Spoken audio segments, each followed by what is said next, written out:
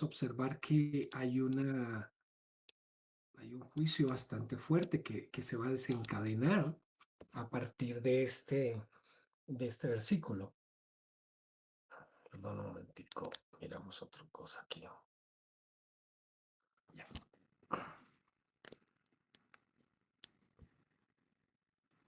Listo. Entonces, vamos a encontrarnos en esta otra expresión, vi otra señal grande, y estos términos grande y admirable que aparecen en el texto, pues justamente aparecen juntos solamente en el Nuevo Testamento, en este versículo.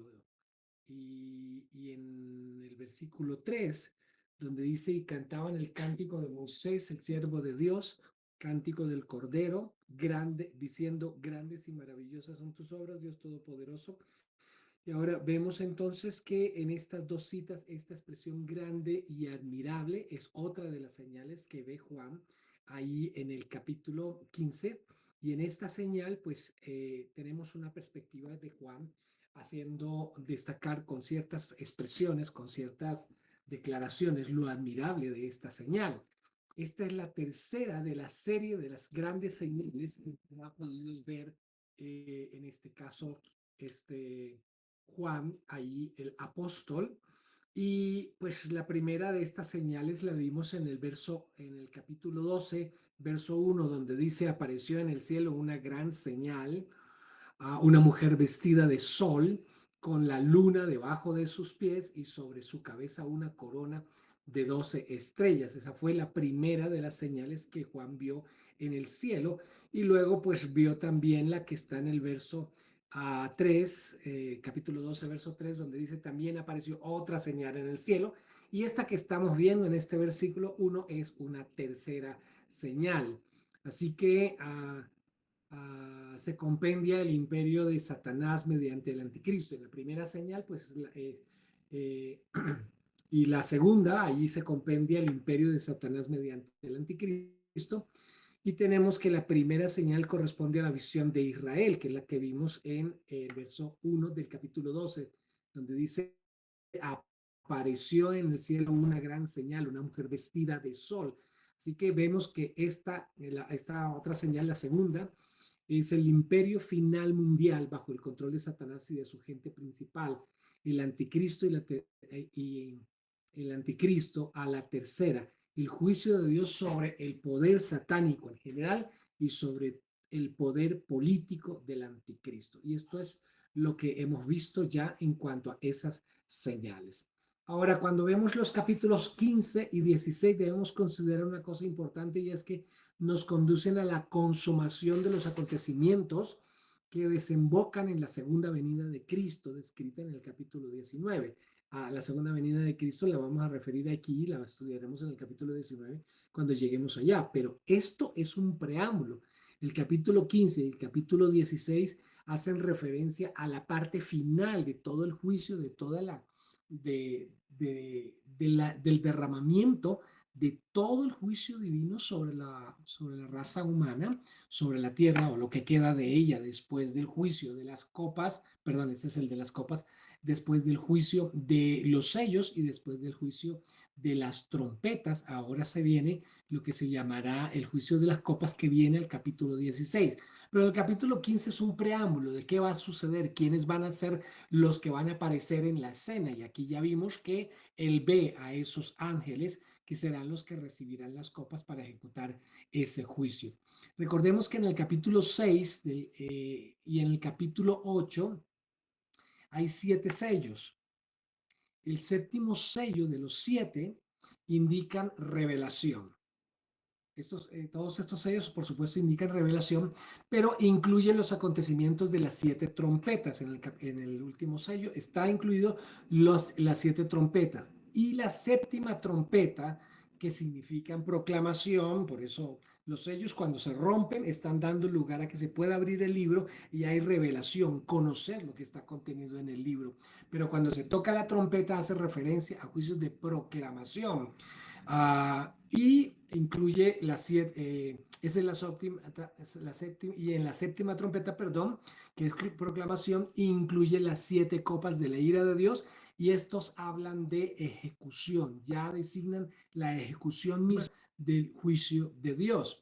Es una especie de crescendo dramático y dramatizando, así que el séptimo sello del rollo que lleva en su mano el Cordero incluye todo lo que ha de suceder en los últimos días. Así que a la sección en paréntesis que está en el texto, sí, que ya vimos, pues no suponen ningún tipo de avance cronológico, solamente están haciendo una descripción de cómo se preparan las cosas, se van preparando las cosas para que se den estos juicios sin incluir o sin redactar o describir una especie de acontecimiento cronológico que, porque vamos hasta ahora en todo lo narrado en los últimos capítulos que hemos visto, lo que hemos encontrado por ahora es todo un preámbulo a lo que viene con las copas. En la última trompeta, en los últimos capítulos que hemos visto hasta ahora, el capítulo 15, el que estamos viendo, el capítulo 14, todo hasta ahora está en el marco de lo que ya se sonó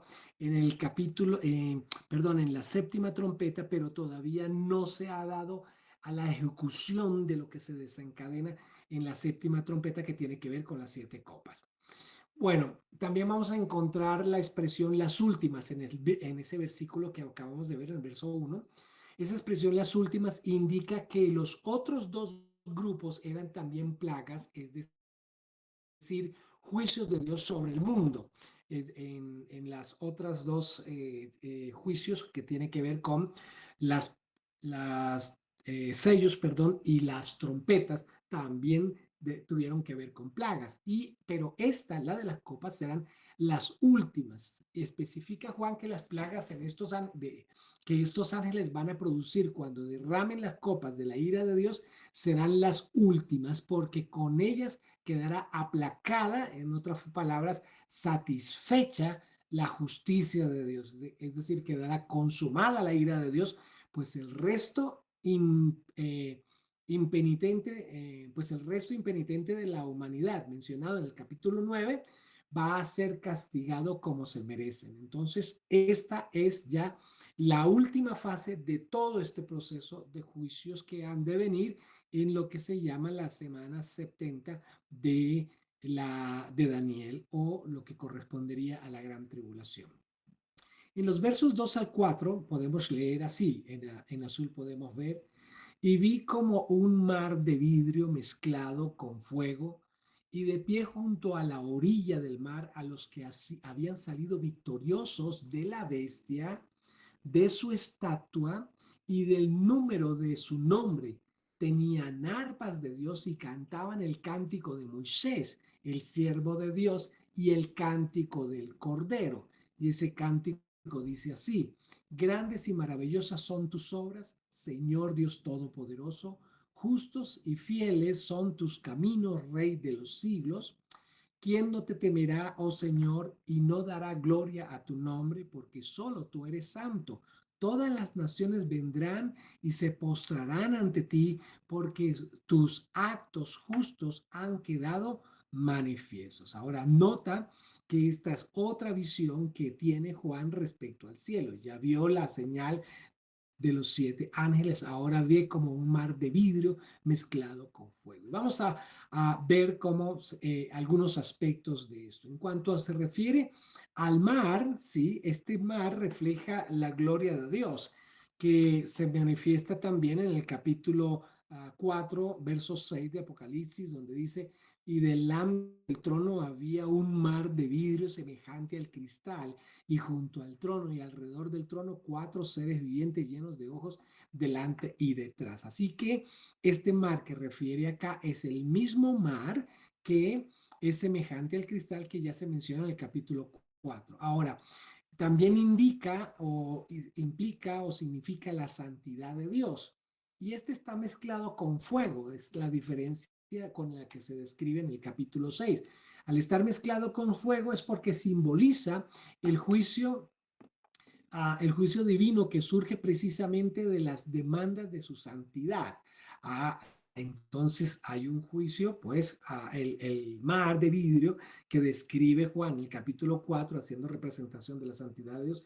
En este caso, a diferencia es que está mezclado con fuego. Es fuego de la ira de Dios que aquí está evidenciado. Otro aspecto a tener en cuenta es que el cántico de Moisés celebró la liberación de Egipto. Es renovado ahora y recibe su perfecto final cuando el pueblo de Dios es liberado de manera definitiva por el Cordero. Ustedes recordarán que en el capítulo 14 de Éxodo Dios hizo una obra milagrosa para liberar a Israel, abrió el mar y Israel pudo cruzar en seco y luego cuando el ejército de Faraón quiso cruzar, el mar se cerró y Moisés hizo un cántico. Entonces en el capítulo 15 de Éxodo encontramos el cántico de Moisés, un cántico bastante extenso, pero hay otro cántico de Moisés que está en Deuteronomio 32:4. Déjenme leerles ese versículo que dice: Él es la roca cuya obra es perfecta, porque todos sus caminos son rectitud, Dios de verdad, y sin ninguna iniquidad en él es justo y recto. Nota que en este verso, si lo comparas con el cántico de Moisés que acabamos de leer de Apocalipsis 15, vamos a encontrar precisamente que hay una gran semejanza en estos dos cantos. Pero fíjate que estos dos cantos son cantos de gloria al Señor, son cantos de exaltación de la manifestación de su poder, de su justicia, de su verdad. Y esto fue lo que canta Moisés cuando vino el juicio de Dios sobre los egipcios a través de las plagas y a través de que se cerrara el mar. Pues aquí curiosamente estamos en una situación que vamos a ver desarrolladas en estos dos capítulos 15 y 16, en una situación de juicio donde también se evidencia este cántico de Moisés como es un cántico de liberación, de exaltación a Dios por la liberación. Con respecto al cántico mismo que nos ofrecen los versículos 3 y 4, destacan los siguientes detalles. Primero, además de los lugares citados como base de este cántico de Moisés, que ya vimos en Éxodo 15 y en Deuteronomio 32, también se pueden ver estos contenidos en otros textos como el Salmo 86:9, donde dice: todas las naciones que hiciste vendrán y adorarán delante de ti, Señor, y glorificarán tu nombre. Eso también está en el Salmo 111:2, donde dice: grandes son las obras de Jehová, buscadas en todos los que las quieren. También en el Salmo 139, verso 14 dice: te alabaré porque formidables y maravillosas son tus obras. Estoy maravillado, mi alma lo sabe muy bien. Y hay otras citas que no vamos a leer, pero fíjate que a través de todo en el Antiguo Testamento, Éxodo, Deuteronomio, los Salmos, Isaías, Jeremías, Oseas, a través de todo el Antiguo Testamento vamos a encontrar esas mismas declaraciones que se están cantando en el cielo, como el cántico de Moisés y cántico del Cordero.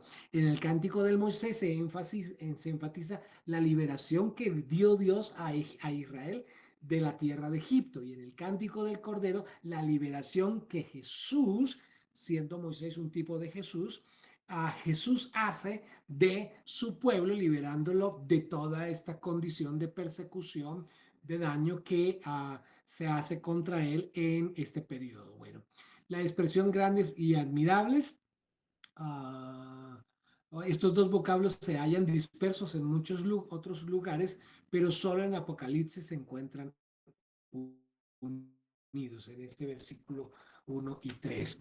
El cántico glorifica el poder, la justicia y la rectitud de los caminos de Dios y su santidad incomparable, a la vez que anticipa la universalidad del culto que se le atributa durante el milenio.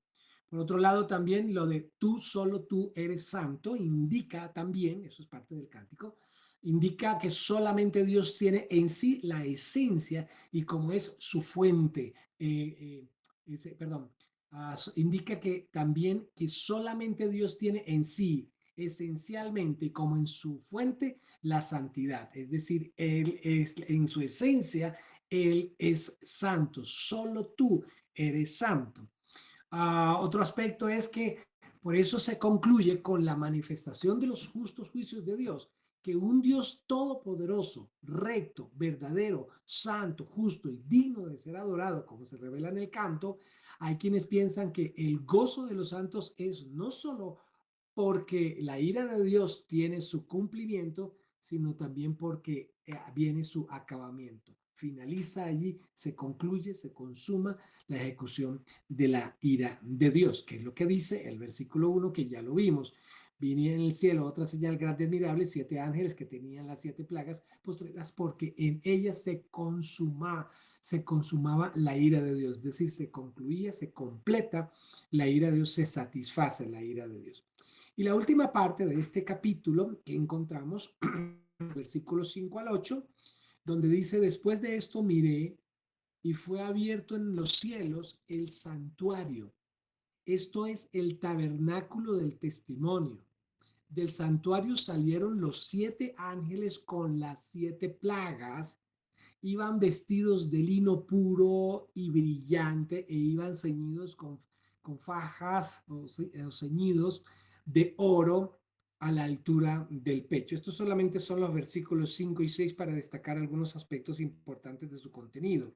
Cuando dice que del santuario salieron los 7 ángeles, que son los referidos en el verso 1, con las 7 plagas, ¿sí? Solo ellos son seres santos, pueden entrar como en el sumo sacerdote. Mira de dónde salieron. Salieron del santuario, salieron del tabernáculo. El tabernáculo, no el de Moisés, porque ese ya no existe, pero es el tabernáculo espiritual del cual el tabernáculo de Moisés es apenas un modelo de ese tabernáculo celestial, de ese templo celestial. Entonces, estos 7 ángeles con este vestuario, con estas características, se nota que tienen funciones como sacerdotales en relación al tabernáculo y su forma de vestir. Entonces ellos son seres santos, pueden entrar como el sumo sacerdote en el lugar santísimo, aunque todavía no les ha sido entregada las copas. En este momento del versículo 6, no le han sido entregadas las copas que producirán las plagas. Se dice que ya tienen las plagas, porque son ellos los comisionados para tal menester. Ellos son los asignados por Dios para la ejecución de estos juicios a través de estas plagas. Ya desde ahora tenemos la gran cantidad de símbolos magníficos, pues el ambiente de santidad que los envuelve indica que salen para ejecutar los juicios de la santidad que Dios demanda. Tal vez recuerdas un momentico, haciendo paréntesis, en Isaías capítulo 6, que Isaías ve a la gloria de Dios y él teme y dice, ay, mis ojos han visto al Dios de los ejércitos, al Dios de Israel, y hay ese temor. Pero entonces se toma un carbón encendido tomado de unas tenazas del altar y con ese carbón toca los labios. Es un juicio sobre el pecado, representado ahí con este carbón encendido en la vida particular de Isaías. ¿Para qué? Para que pudiera hacer esta labor. Pero fue un ángel el que toma ese carbón encendido y al parecer hay esta labor de los ángeles en relación a hacer juicio respecto al pecado de acuerdo a la asignación dada por Dios. Ah, Van vestidos de lino puro, lo que, como en el capítulo 19 verso 8 donde dice, y a ella se le ha concedido que se vista de lino fino, limpio, resplandeciente, porque el lino es las acciones justas de los santos. Así que ellos van vestidos de lino puro, limpio, fino, indica rectitud de conducta, como es propia de los ángeles santos, no caídos. En algunos manuscritos se lee liton, es decir, piedra, acerca de los querubines, como en el caso de querubines Lucifer.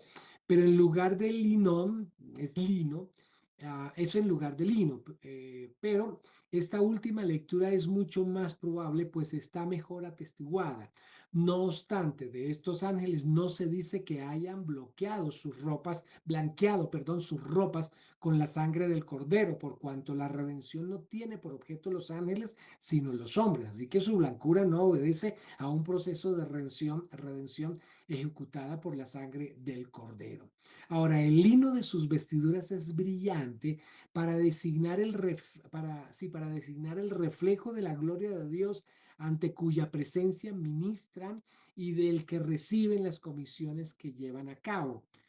Los fajines o las fajas o con lo que están ceñidos, con mantos ceñidos de oro, a la altura del pecho son símbolo de nobleza, como en el caso del capítulo 1, verso 13, donde dice, y en medio de los 7 candeleros a uno semejante al Hijo del Hombre vestido de ropa que llega hasta los pies y ceñidos por el pecho con un cinto de oro. Fíjate que Jesús, esto es en el capítulo 1, verso 13, Jesús tiene, estos ángeles tienen vestuario, vestimenta como la del mismo Jesús, allí ceñidos con esta misma característica. Así que son símbolos tanto de nobleza como de pureza, ya que su función es sagrada como la de los sacerdotes. Y el versículo 7 y 8, ¿sí? Que es la última parte del capítulo 15 de Apocalipsis, que como ya les dije es el capítulo más corto de Apocalipsis. Entonces uno de los 4 seres vivientes dio a los 7 ángeles 7 anchas copas o 7 copas de oro llenas de la ira de Dios que vive por los siglos de los siglos. Y el santuario quedó lleno de humo que procedía de la gloria de Dios y de su poder, y nadie podía entrar en el santuario hasta que quedasen cumplidas las 7 plagas de los 7 ángeles. Al respecto, observemos algunas cosas. Primero, el vocablo para copas es el griego fialas, o fiale, y designa no una copa corriente como la conocemos regularmente, como las que son para beber, sino más bien como una especie de tazón ancho o lavafrutas. Un comentarista como Bartina, perdón, habla de que la fiala o la patena era una copa de cavidad ancha, pero poco profunda, sin asas, sin manijas para agarrarla, ni tampoco pie sobre la cual se pudiera parar. Se parece a nuestros boles o en los que lavamos las frutas. Es evidente que se trata de utensilios sagrados para la función litúrgica, como en el templo terrestre. Era de oro y se mencionan repetidas veces en pasajes del Antiguo Testamento, como los que habían sido utilizados por los levitas en el servicio de su sacerdocio. Así que tenemos que estas copas estaban llenas de la ira de Dios. Y estas son las que cada uno de estos ángeles del capítulo 16 vamos a observar que van a derramar sobre la tierra. Entonces ya han habido unos juicios con los sellos, ya han habido otros juicios con las trompetas, pero ahora vienen los últimos juicios que se ejecutarán a través de las copas y son muy drásticos cuando entremos al capítulo 16. Respecto al verso 18, nos ofrece una escena muy semejante a la que vemos en Éxodo 40:34. En este Éxodo 40:34 dice, entonces una nube cubrió el tabernáculo de reunión y la gloria de Jehová llenó el tabernáculo. Fíjate que hubo esa nube que cubrió el tabernáculo cuando la gloria de Dios, una vez Moisés terminó de edificar el tabernáculo. En el verso 25 dice, y no podía Moisés entrar al tabernáculo de reunión porque la nube estaba sobre él y la gloria de Jehová lo llenaba. Entonces mira que esta nube, cuando los ángeles reciben las copas, resulta que se llenó de, como describe el verso 8, dice, y el templo se llenó de humo por la gloria de Dios y por su poder, y nadie podía entrar en el templo hasta que se hubiese cumplido las 7 plagas de los 7 ángeles. Si ves la semejanza de cómo lo que sucede en el tabernáculo de Moisés con esta nube que cubre el tabernáculo, también lo tenemos ahí en el templo de Dios, en un paralelo que podemos ver aquí en el en el versículo 8, perdón, del capítulo 15. En Isaías también, en el capítulo 6, que ya mencioné un poco, dice que en el año en que murió el rey Usías, Isaías vio al Señor sentado sobre un trono alto y sublime, y sus faldas llenaban el templo. Y pues habla de todo de todo este manto que cubre. El humo, perdón, es sinónimo de la nube que manifiesta la gloria de la presencia de Dios o la Shekinah, pero es más apto que la nube para indicar que el acceso al tabernáculo era imposible, puesto que el humo, sofocaba la respiración humana.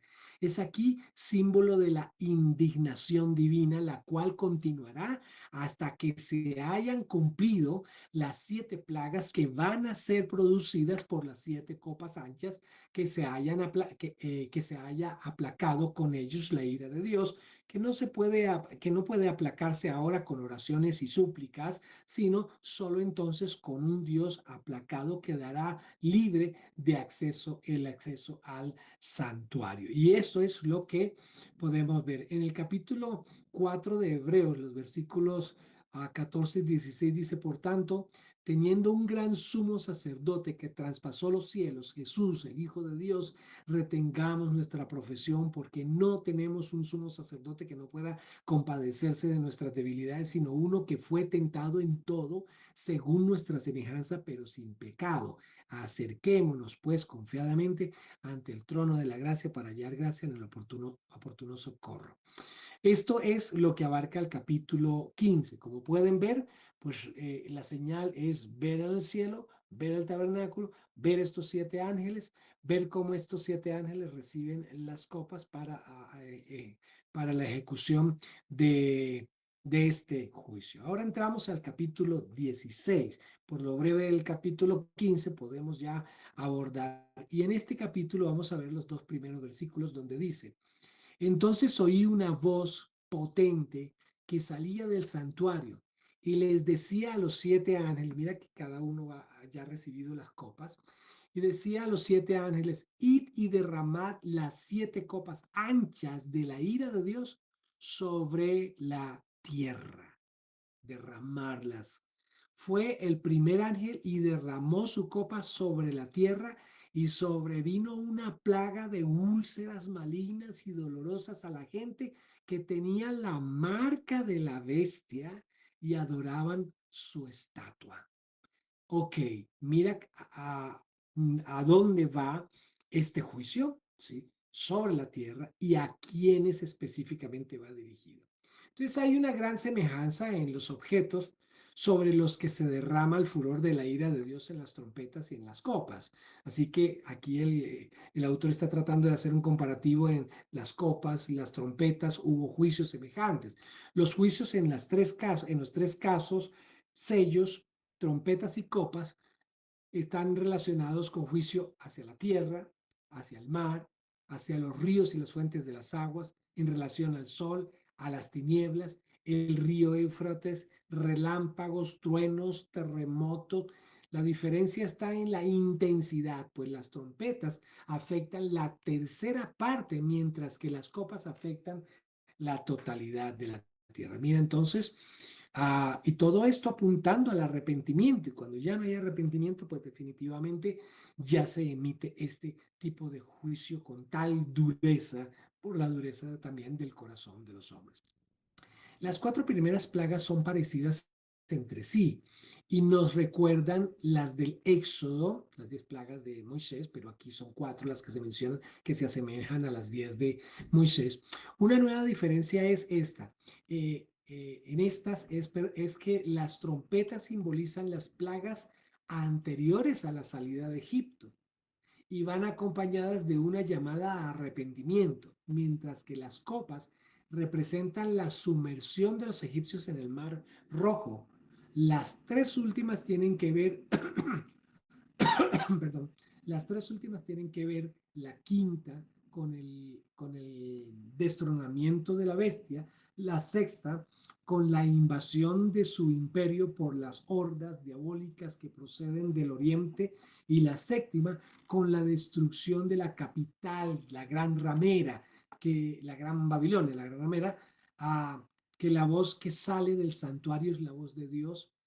Finalmente la voz que sale del santuario es la voz de Dios que se confirma en el verso 17. Es la orden de Dios diciéndoles a ellos que hagan o que derramen estas copas. En el verso 17 de este capítulo 16 dice, el séptimo ángel derramó la copa por el aire y salió una gran voz del templo, del cielo, del trono, diciendo, hecho está. Pero fíjate que esto del verso 17 es ya la última copa. Apenas vamos en la primera, pero solamente estamos tratando de responder la pregunta de quién es la voz que da esa orden a los ángeles para que ejecuten ese juicio y podemos ver que es una orden divina. Hay todavía un detalle digno de notarse. Estos malvados que son castigados por las plagas de las úlceras son los mismos que no solo habían derramado la sangre de los santos y de los profetas, como pasa en el versículo 6, ¿sí? Por cuanto derramaron la sangre de los santos y de los profetas, también tú les has dado a beber de la sangre, pues no lo, pues lo merecen. Sino que también blasfemaban una y otra vez el nombre de Dios. Y otra es razón para este juicio con ellos. Entrando ya al verso 3, el segundo ángel derramó su copa sobre el mar, y el mar se convirtió en sangre como de un cadáver, y murió todo ser viviente que había en el mar. Mira el juicio tan drástico y a quién va dirigido. Así como la primera copa es derramada sobre la tierra, la segunda está derramada sobre el mar. La tercera será derramada sobre los ríos y las fuentes de las aguas dulces, y la cuarta sobre el aire, cubriendo así todo el entorno ecológico. Es un tema de un juicio sobre la misma creación, como podemos ver. Claro, esto va dirigido, va enfocado hacia el hombre, hacia la humanidad, pero podemos ver aquí, como ya observamos respecto a la primera copa, en el verso 1 y 2, que fue el primer ángel y derramó sobre la copa, sobre la tierra, y es cuando viene sobre la plaga de úlceras malignas, una epidemia bastante drástica sobre ellos. Otra cosa para destacar es que es probable que no sea literal la sangre, sino algo que corresponda con el color y la contaminación o con olor pestilente que obligará a la gente a marcharse lo más lejos posible de las costas. Eso con lo que respecta a esto que tiene que ver con, se convirtió en sangre como de cadáver y murió todo ser viviente, una especie de putrefacción que causó esta contaminación en el mar. En los versos 4 y 7, del 4 al 7 leemos así: el tercer ángel, ya lo hicieron dos, ahora viene el tercer ángel, derramó su copa sobre los ríos y sobre las fuentes de las aguas, y se convirtieron en sangre.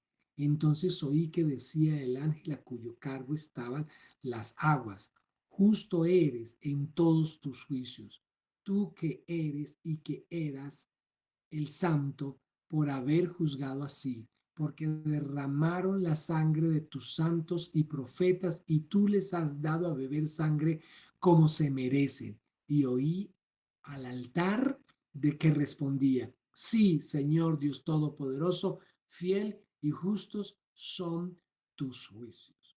Así que podemos observar en esta porción que estamos leyendo, versículos 4 al 7, algunos aspectos. Por ejemplo, la plaga producida por la tercera copa, ¿sí? Lleva los efectos de las plagas anteriores más lejos, es decir, extendiéndolos a las fuentes de las aguas. Esto es, a las aguas dulces o manantiales, que son las que consumen las personas que necesitamos consumir las personas.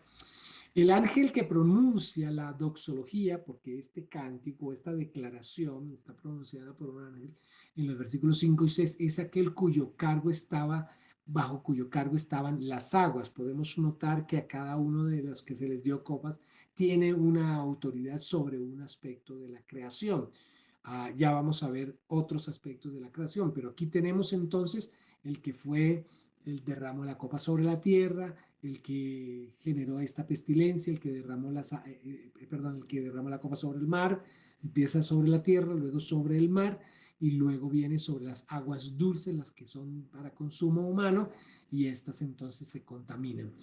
Ah, este tercer ángel es el que genera esta doxología, este cántico, para destacar lo justo de los juicios de Dios y el motivo por el cual se está haciendo este juicio.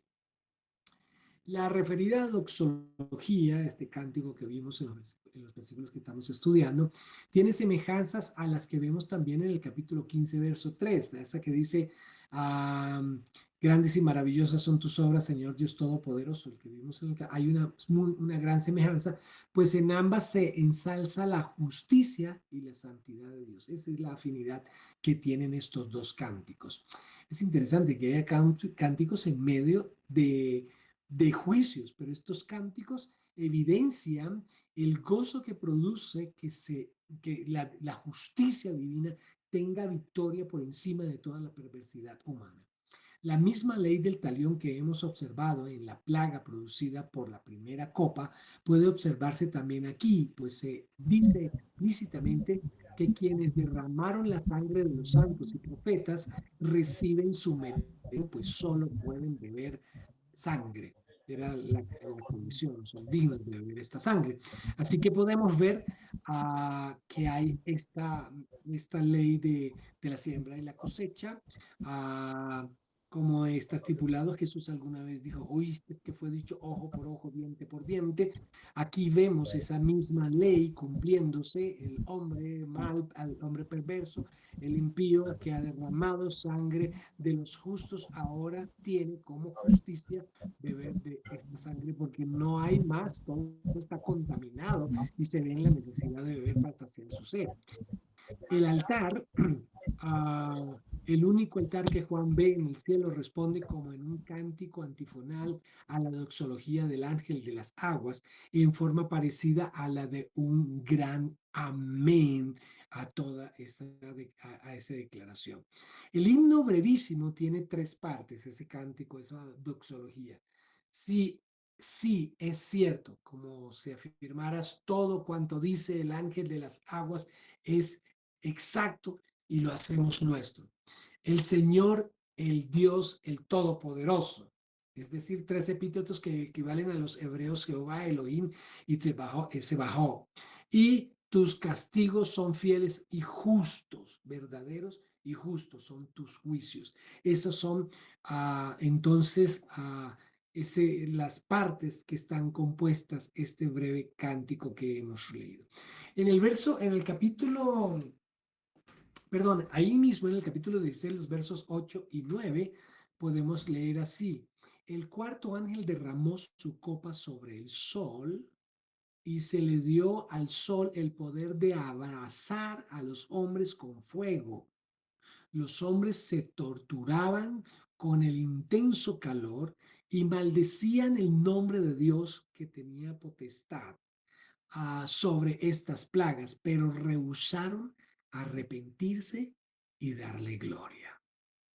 Fíjate cómo ahora el ángel derrama la copa sobre el sol, dando al sol como esta capacidad de ejercer su característica de brindar luz y calor, pero de una forma más intensa, un sol, un calor abrasador que genera daños a los hombres sin que estos estrictamente mueran.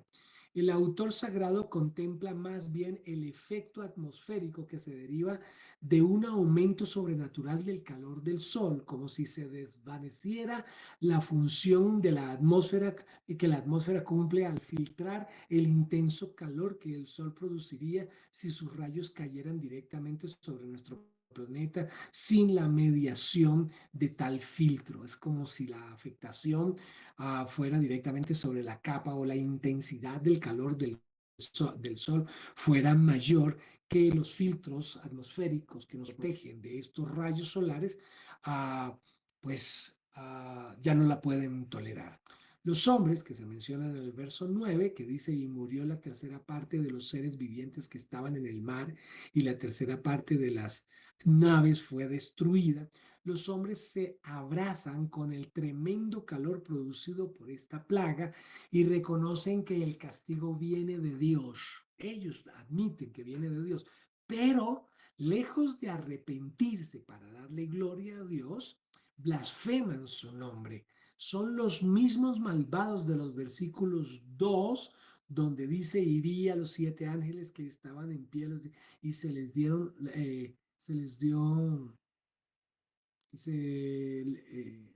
y se les dieron 7 trompetas, no es esta la cita, y los mismos malvados de los versículos. Ello implica que los buenos, los fieles creyentes y los animales no sufrirán esta plaga. Fíjate que no se trata de creyentes que van a blasfemar contra Dios, porque Dios permite su juicio, sino contra este tipo de personas. Ahora vamos a ir a los versos 10 y 11 Allí podemos leer, tal vez esta es la última parte que alcanzo, dice, el quinto ángel derramó su copa sobre el trono de la bestia y su reino quedó sumido en tinieblas. Oh, recuerda que la bestia tiene que hace referencia al anticristo, tiene un gobierno global sobre todas las naciones y su poder de gobernar lo tiene sobre todas menos sobre Israel, porque con Israel lo que hace es un pacto. Entonces, sigo leyendo, perdón, y me devuelvo otra vez. El quinto ángel derramó su copa sobre el trono de la bestia y su reino quedó sumido en tinieblas. Los hombres se mordían la lengua de dolor y maldecían al Dios de los cielos por causa de sus dolores y de sus llagas, pero rehusaron arrepentirse de sus maldades. Mira la intensidad con que es el juicio, pero la dureza del corazón. Después de herir los cuatro elementos, a la tierra, al mar, las aguas bajo la tierra y al aire atmosférico o al sol, la ira de Dios se abate ahora sobre el trono de la bestia. Al ser el anticristo la bestia, que es lo que podemos observar en el capítulo 13, verso 1, donde dice, me paré sobre la arena del mar y vi subir del mar una bestia que tenía 7 cabezas y 10 cuernos y en sus cuernos 10 diademas. Esta es la descripción que Juan hace acerca de la llamada bestia. Bueno, aquí la tenemos.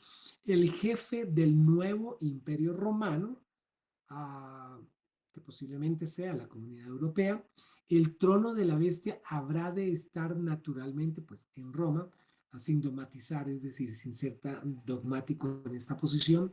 Aquí no se está diciendo estrictamente que se refiera a la Iglesia Católica, sino que se refiere a una conglomeración de una unidad religiosa, un sincretismo religioso que tendrá centro en Roma y por eso también el juicio tendrá que ver con ellos, ¿sí? Hay un detalle que no debe perderse de vista y es que la oscuridad afecta únicamente al reino de la bestia, es lo que dice. Mas todos los hijos de Israel tenían luz en sus habitaciones. Es lo que pasó uh, en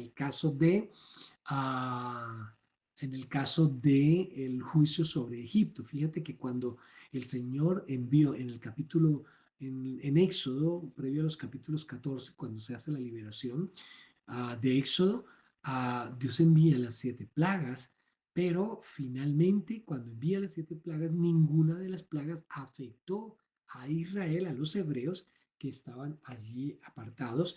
Y aunque la última plaga sí fue una sentencia sobre todo Egipto, hubo una forma de proteger a los hebreos que tenía que ver con el sacrificio del cordero y poner la sangre en los dinteles.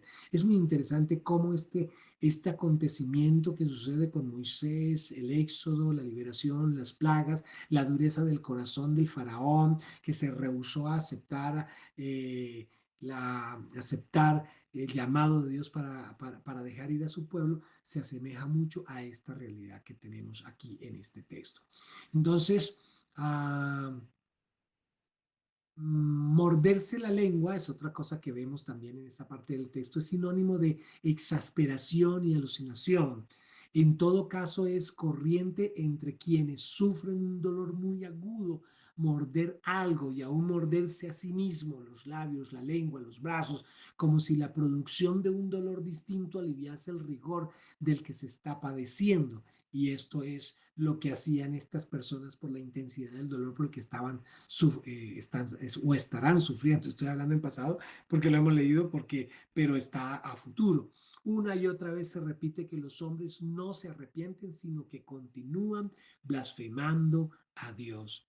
Es algo parecido a lo que le ocurría al faraón con las plagas de Egipto. Y una y otra vez se repite en el Éxodo la frase, y el corazón de faraón se endureció, u otra semejante, hasta que llegamos al capítulo 9, el verso 12 de Éxodo, y esta otra frase, allí dice una frase distinta, pero Jehová endureció el corazón de Faraón.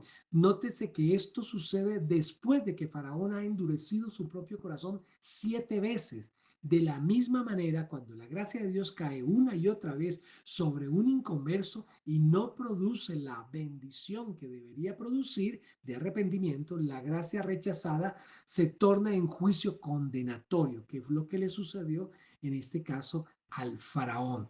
Entonces, ahí tenemos como la dureza del corazón de los seguidores de la bestia, de los hombres que aceptaron el sello de la bestia en sus vidas, si la dureza del corazón, ellos se endurecieron su corazón hasta que llega un momento en que será Dios el que endurezca su corazón porque ya no hay opción para arrepentimiento y viene un juicio definitivo donde que ya no hay esa opción. Le pasó al faraón y mira las consecuencias finales. Entonces, hasta ahí vamos a dejar porque el tiempo ya no nos da más. Entonces, nos queda para la próxima lección, para la próxima clase, vamos a tener la oportunidad de ver este resto del capítulo 17 y ya el capítulo 17. ¿Vale? Bueno, gracias por su paciencia. Vamos a orar y terminamos así nuestro estudio de hoy. Bendito Padre Celestial, te damos gloria y honra por la oportunidad de haber recibido este conocimiento, porque dejaste este registro para que nosotros también tengamos presente cómo es de inmensa tu gracia.